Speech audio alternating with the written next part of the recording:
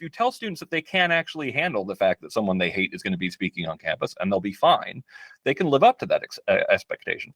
But if you tell them instead that they will be permanently harmed by that person being on campus, that can become a self-fulfilling prophecy. Michigan Tech has come top with an overall score of 78 and Harvard bottom with an abysmal rating in the largest ever survey looking at the state of free speech on America's college campuses. It was conducted by College Pulse, a survey research and analytics company, and the Foundation for Individual Rights and Expression, or FIRE, whose president and CEO, Greg Lukianoff, I had a chat with about the findings. Harvard finished, its total score, I believe, was negative 10.6 by our standards. We had to round that up to 0.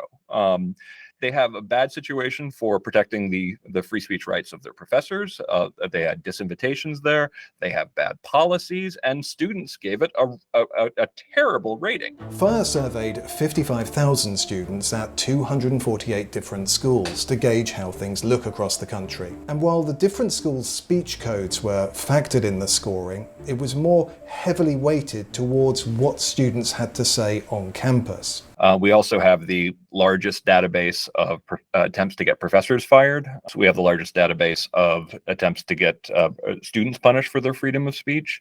And we considered all of these factors. Those surveyed between January and June of 2023 were those enrolled in 4-year programs. With a couple of exceptions, including University of Virginia and University of Chicago, which did actually really very well on our rankings. Most elite colleges don't do very well. The top 5 colleges for free speech in the 82-page report were Michigan Tech, Auburn, New Hampshire, Oregon, and Florida State. The bottom 5 were Harvard, Penn, South Carolina, Georgetown, and Fordham, where students were more biased toward allowing controversial liberal speakers on campus over conservative ones, and were more accepting of students using disruptive and violent forms of protest to stop a campus speech. 81% of attempts to get speakers deplatformed at elite colleges succeed. So you actually have a much better chance of not getting deplatformed at less prestigious schools than you do at prestigious schools. Worse still, at Oberlin College, only a little more than half of students think it's never acceptable to use violence to silence a campus speaker. That is an extremely unhealthy environment for freedom of speech, because as I have to point out all the time, freedom of speech is the opposite of violence. Freedom of speech is a societal system that's supposed to replace violence. We resolve things by discussing them across lines of difference to figure out what's true. And violence is the exact antithesis of speech. According to FIRE, the uptick in deplatforming speakers began around 2014, but gradually increased year on year. That included protests at Berkeley, Middlebury College, and Northwestern. And over the years, there were increased efforts by students to get professors fired or punished. I'm resigning as president of the University of Missouri System. Do things seem to be quite as crazy as they were in, say, 2021? No, we are seeing some signs that things are improving somewhat and greater awareness of freedom of speech on campus, and that's welcome.